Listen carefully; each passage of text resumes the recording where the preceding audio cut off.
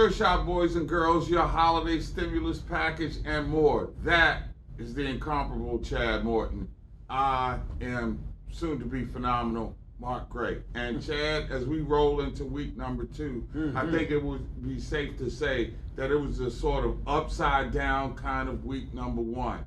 There were some must plays that turned out to be bad beats. And you also had a bunch of plays that you weren't necessarily shocked about the outcome, but it was how they ended and what the result was. Well, let me tell you, the NFL never ceases to surprise us with just incredible games up through the one last night between Baltimore and Las Vegas. But I'm going to tell you, the game that shocked me the most this week,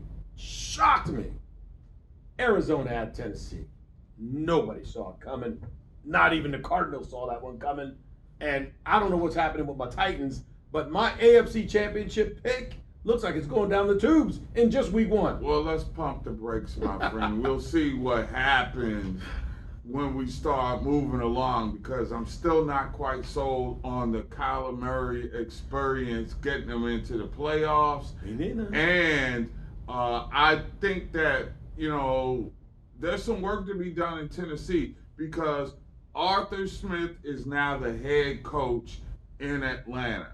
And it's going to take a minute for their new offensive coordinator to get in sync with Tannehill. And I think, can I help the coach out? Run the football with Derrick Henry, okay?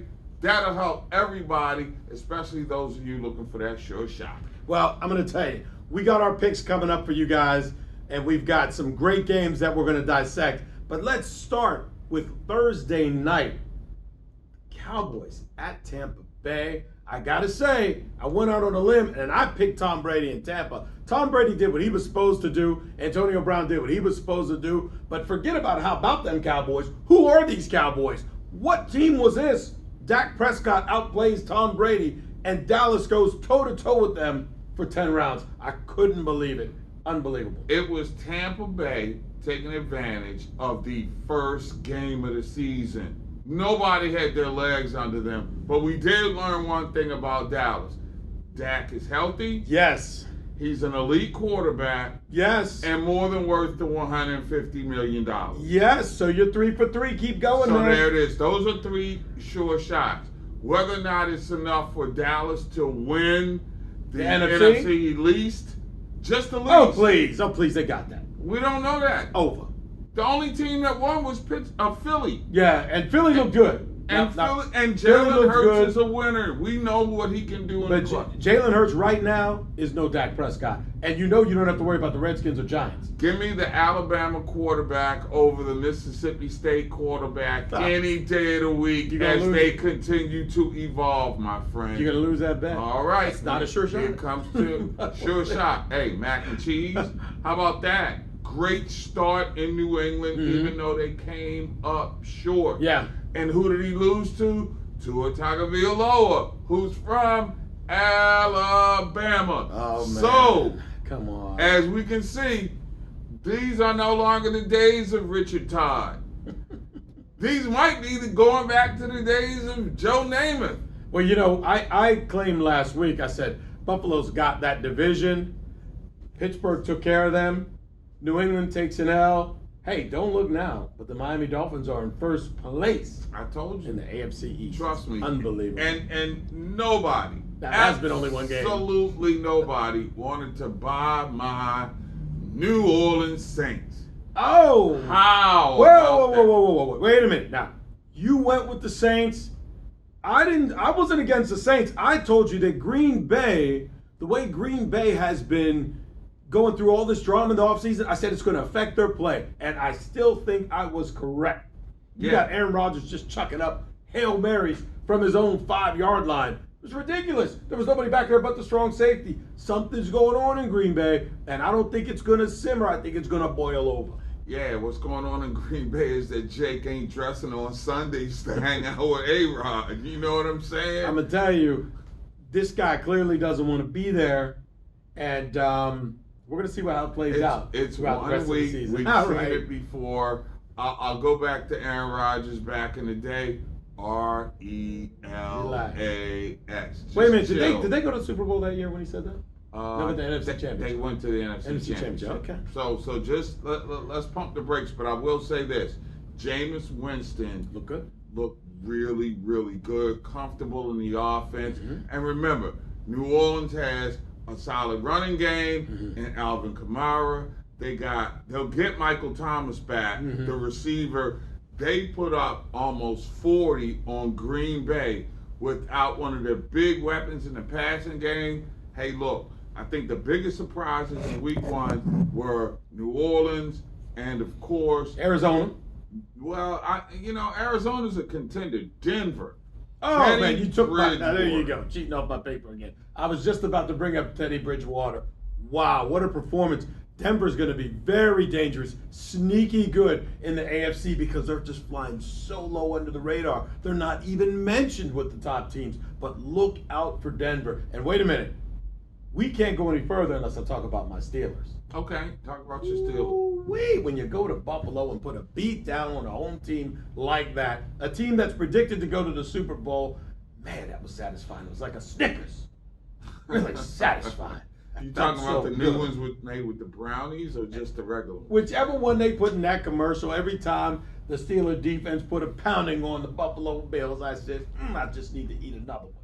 Well, I'm going to say that the biggest shocker to me of all the shockers, quite frankly, my friend, was not only Houston over Jacksonville, but it was the way that they did. They blew Jacksonville out, and I just found it ironic that maybe 48 hours before Clay Helton, the USC coach, was fired, that it was Urban Meyer's Jacksonville team that took a hellacious beat down in Houston. Let's read the tea leaves. Well, if they go 2-15, he'll be back next year. He'll be back next year. Know. They're going to give him time to take the SC job because SC's one of the few college jobs that could pay him, and I'm going out there with my sure shot. Urban Meyer back to college football, head coach of USC, starting in 2022. I can't go there, and I know there's precedent for it with Nick Saban, what he did when he went to Miami, jumped right back into college. He found the college game wasn't for him. I think Urban is a little too prideful for that. I think so many people have probably said that's what's going to happen, predicted it. He knows he's in for a tough season, but there's one silver lining that he has that Nick Saban does not, and that is a number one quarterback. But he's gonna ride this way. But he's already got a team full of pros that knows he don't know what he's doing. They got mutiny developing already. It's week 1. Where you get this from? It's week 1. Have you not seen the reports? He's got players coming out of training camp saying, this is the most unprofessional thing I've ever been through. Well, whenever there's a coaching change to a college guy, we hear that a lot. I'm not saying it ain't true, but I'm saying we're going to have to give Urban a couple more weeks. Let's see how this Jacksonville team develops. And Trevor Lawrence, he didn't look too bad.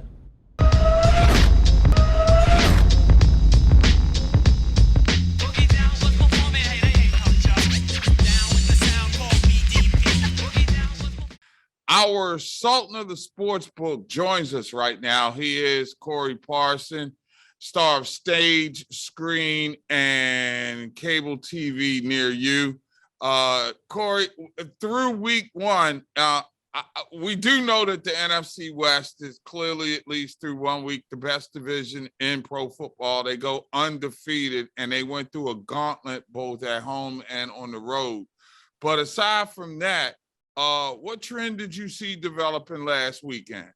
Well, definitely shout out to the NFC West. I think coming into the season, a lot of people knew that it was going to be a tough division. I mean, you got a situation where the Arizona Cardinals could not make the playoffs, be dead last in that division, and win 10 games. It's going to be interesting to see how that division plays out. Those quarterbacks in that division, all MVP candidates, are outside of Jimmy Garoppolo, so it's going to be a very interesting division. But when you look at week 1, and you sort of think with college football, early in the season and it translated to the NFL as well. Underdogs and unders. So the underdogs have winning a lot of games against the spread, and the unders are coming in when it comes to the total. And really, Mark, the reason because that is public bettors, and we have more public bettors now, obviously since 2018. At one point, the only place you could bet legally was Las Vegas. Now you can bet legally in almost over 30 states in this country. Now, with that being said, a lot of new bettors flood the market, and new bettors bet the favorites and they bet the over. And the professional bettors come in and they hit the back end and they have good Sundays. So if you were on underdogs on this past Sunday, like I was, it ended up going pretty all right. Christmas came early, Mark. Told you, man, it's about the stimulus package here on Sure Shot. No doubt. Corey, I know you're the pro at this, but tell me, please, give me a straight up, man. Be straight with me. You did not see Arizona beating the dog mess out of Tennessee, did you? At Tennessee. No, I was on the over in this game. It was one of the 4 losses I had this week. Ended up going 10-4 in week 1. And the over should have cashed. There was no scoring in the fourth quarter of the game, which was quite awkward. But here's the thing. One thing that we knew about Tennessee towards the end of last season is they had struggles on their defense. Their offense, they ran the football well. They threw the football well. We saw a session in Ryan Tannehill's. But do not look past the fact that that offense could be missing Arthur Smith, the former OC, who is now the head coach with the Atlanta Falcons. That could be a situation all year. That defense is going to give a ton of points this year. They're going to be a team I play a lot of overs on this upcoming season. But no, when you look at what Kyler Murray's done, he is going to be a guy who is going to be an MVP candidate this year. Him and that Cliff Kingsbury offense, it works perfectly. So I look for a big season from Kyler Murray. The Cardinals are a very good team. The thing about it is, are they going to be able to compete in that very tough division? Okay, I got to ask you one more quick question about your Cowboys.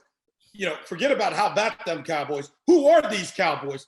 Who could have thought that Dak Prescott's going to go out and outplay Tom Brady? It was an incredible performance. I never saw it 1,000 miles away. And they still lost. And of course, Mark would throw that part in there. Here's the thing. They played incredible. The Cowboys, unbelievable.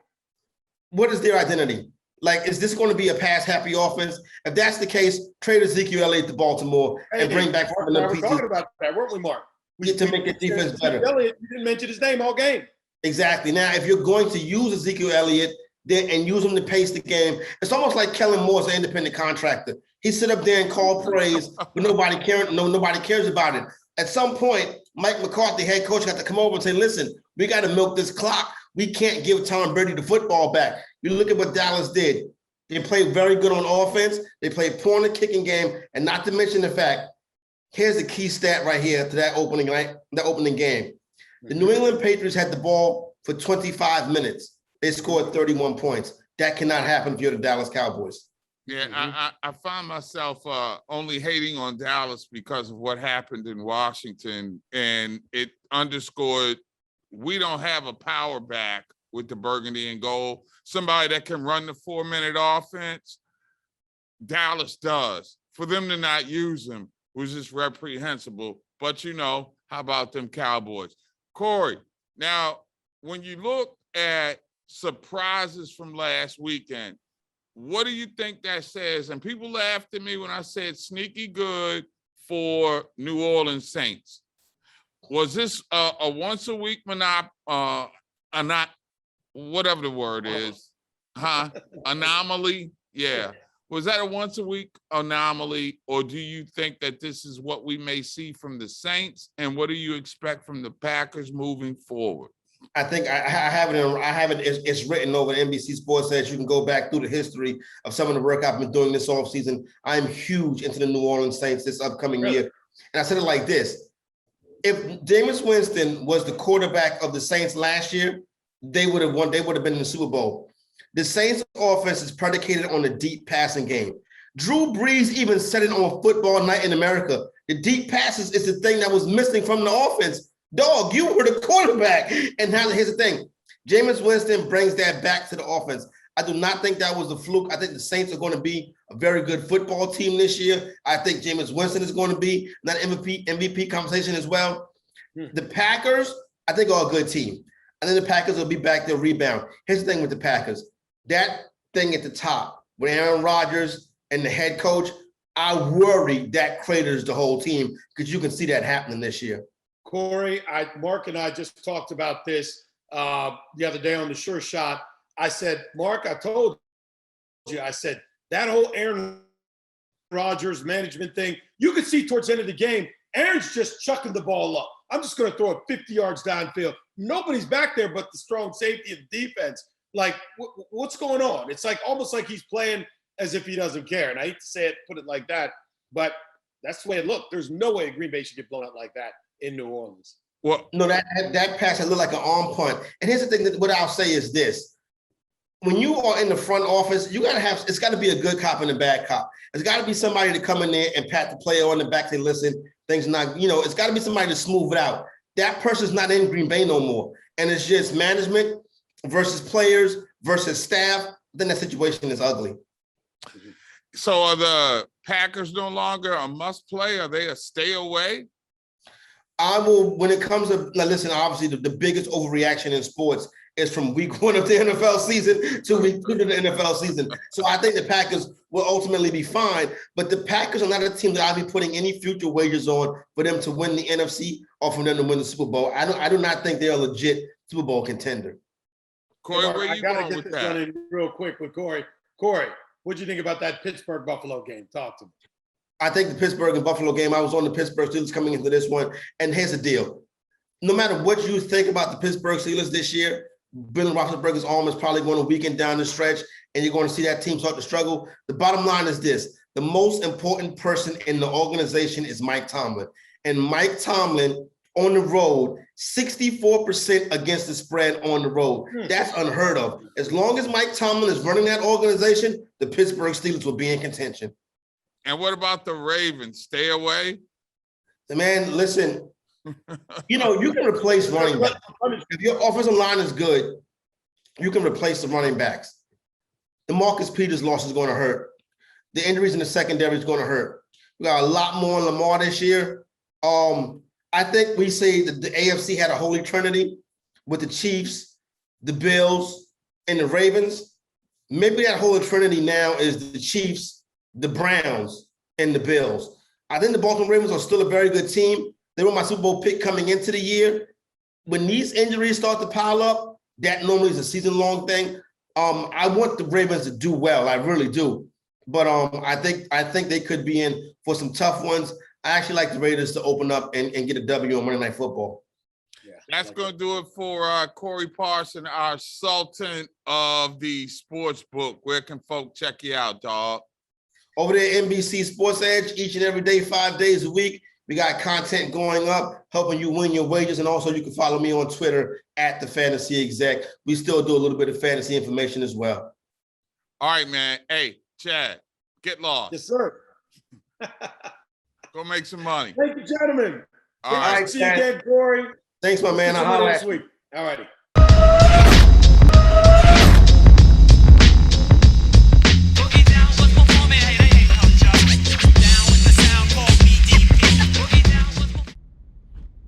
We done heard from the expert, Chad. Let's let you. I was talking about Corey. No doubt, man. I like. I like what Corey said about the biggest drama is between week 1 and week 2. Yeah. Okay, so let me cool my jets a little bit. But week 1 had a lot going on, but let's see what happens in week 2 as we establish a season. All right. Season. So here are our 3 games you must play. 3 games. You go first. All right. Well, I'm gonna start with I like Miami over Buffalo at home. Miami getting 3.5 at the spot. I like their defense. I like what Brian Flores is doing. They're going home. They're confident. This is not the days of Tony Sparano and Nick Saban.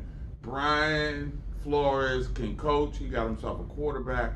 I'm taking Miami over Buffalo, and dare I say it, Bills Mafia, you're starting the season. That's what I was just going to say. And not just 0-2, but two losses in the conference. Well, you know how that affects the playoff race. Stuff happens. Wow. All right, let me tell you my game, the first game for week 2. We got Denver -6 at Jacksonville. The aforementioned Jacksonville Jaguars are a mess. And I hate to say it, I think they're going to take their second L. Denver, Teddy Bridgewater, coming down to Jacksonville to lay the smack down, as The Rock would say. I guess I'm going to stay in the AFC East, is it? With New England who lost against the Jets. There's certain things that are sure in life. There's death, there's taxes, and there's the Patriots being the Jets. All right. You know what I'm saying? And with that being said, New England and mac and cheese, they 5.5 point favorite. Line went up. Started off at 3.5. Yeah, it started at 3.5. Yeah. As we record, it's a 5.5 point spread. I Jump still on it. like that, unless it goes up to about a touchdown. But as long as it's between 5.5 and 7, I like it right there. So if you can get it at 5.5 and set, or between 5.5 and a touchdown, I like it. 5.5, 6.5, 7 might be. As long as you're under 7. As long as you're under a touchdown, because they're so familiar with each other. Right. But I just like where, at this moment of the season, New England is a little bit better than Robert Sala's Jets. Jets aren't going to be the doormat, but they still not ready to beat the Patriots. Right, and newsflash, Bill Belichick still can coach. And I'm going to say, talk about familiarity. Let's stay in the NFC South, where we got the Falcons at Tampa Bay. Tampa Bay minus 13.5. Atlanta got destroyed at home by the Philadelphia Eagles. Are they going to rebound? Nope. Tom Brady, Antonio Brown, Rob Gronkowski, they are going to put up plenty of points. Let's say a plethora of scoring will come from Tampa Bay. I look for them to crush the Atlanta Falcons. This one is almost a sure shot. You like that word, plethora. I'm going to roll with, on Sunday, the Cleveland Browns must play. Currently 12.5 point. I got 11.5, so it went up. Yeah. So you got Cleveland minus 12.5. Yeah. Okay. I think I'm liking that. Cleveland at home, coming off a loss. They played extremely well against a mortal team without a quarterback like Patrick Mahomes. You don't win that game. So you put everything into the mix. I'm going to roll with not only Cleveland, and that is a big number, 12.5. Too big but for me. I love them. Hey, it's called gambling for a reason. You take a chance. This is the chance game I'm taking right now. Okay, that's your chance. Well, let me go back to the Dallas Cowboys. I disrespected them last week. I predicted Tampa Bay to beat them, giving up 8. Wrong. Dak Prescott. Who are you? If last week's Dak Prescott is this week's Dak Prescott, then Dak Prescott and the Dallas Cowboys are going to go to LA and beat the Chargers by more than 2.5. Put it in the books. Take the Cowboys. They travel well. There'll probably be more Dallas fans there than Charger fans. Well, doesn't say much, because the Cowboys do practice in Oxnard. Well, It's just SoCal. So, just saying. Cowboys Nation, Steelers Nation. Y'all just can't get rid of any of you guys. Okay, my sure shot for this week. Drum roll. God dang. We go to Indianapolis, where the Colts are hosting the Rams. Rams open as a 3-point favorite. They're now getting 4 as we record. I'm taking the Rams to cover in Indianapolis. Rams win, and they beat Indianapolis by more than 4 points. Yeah, I was going to say, you better take them Rams in that one. Colts are a mess. Who knows what's going to happen with Carson Wentz after this year? We'll see. My sure shot, Kansas City at Baltimore. Let me tell you something. The Ravens and Lamar Jackson are hanging on. They're hanging on, but Kansas City is their kryptonite. Patrick Mahomes beats Lamar Jackson 10 times out of 10. Don't ask me why, and he's going to do it again. I got Kansas City minus 2.5 over Baltimore. Baltimore starts off 0-2 in the AFC. Both losses against AFC teams. Lamar Jackson is spectacular, but one man can't do it all. And especially when he doesn't have a full stable of running backs. So the best is yet to come, Baltimore, probably about a month down the road. That's going to do it for this week's edition of the Sure Shot. Don't forget, this is your holiday stimulus package. So listen and win. And by all means, be responsible. All right, if you're debating on whether or not you want to take the mortgage money or from the college fund, call somebody and get some help. remember, these are games of chance. Don't bet any more than you can lose. So, for Chad Morton, I'm Mark Gray. Tell them, folks, what's the best spot? Sure shot.